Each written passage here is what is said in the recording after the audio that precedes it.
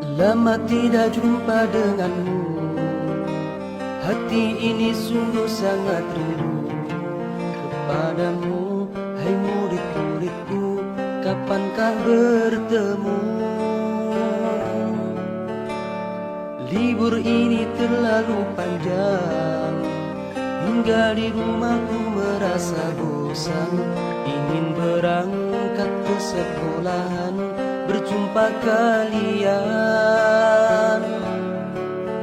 Corona segeralah pergi dari bumi ini.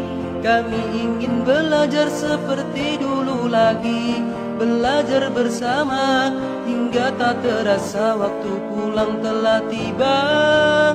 Ya Allah, ku mohon ampuni dosa-dosa kami serta dosa-dosa seluruh umat di bumi. Di bulan yang suci fi syahri Ramadan, berikanlah keberkahan pada kami.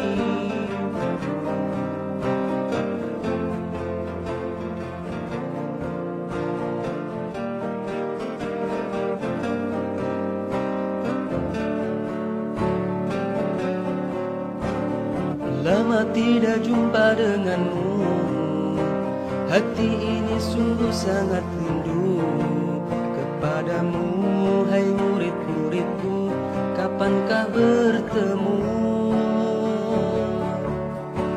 Bersabarlah selalu murid-muridku, keadaan ini pastikan berlalu. Ingat selalu pesan bapak ibu, di rumahlah dulu.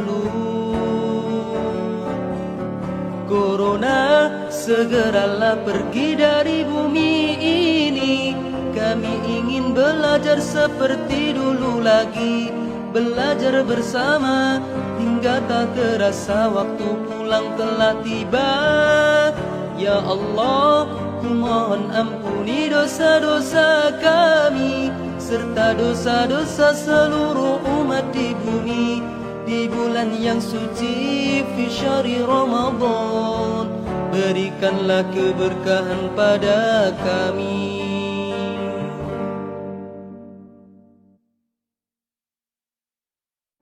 Lama tidak jumpa denganmu, hati ini sungguh sangat rindu kepadamu. Hai murid-muridku, kapankah bertemu?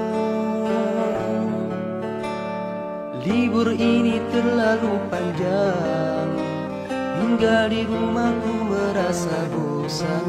Ingin berangkat ke sekolahan, berjumpa kalian.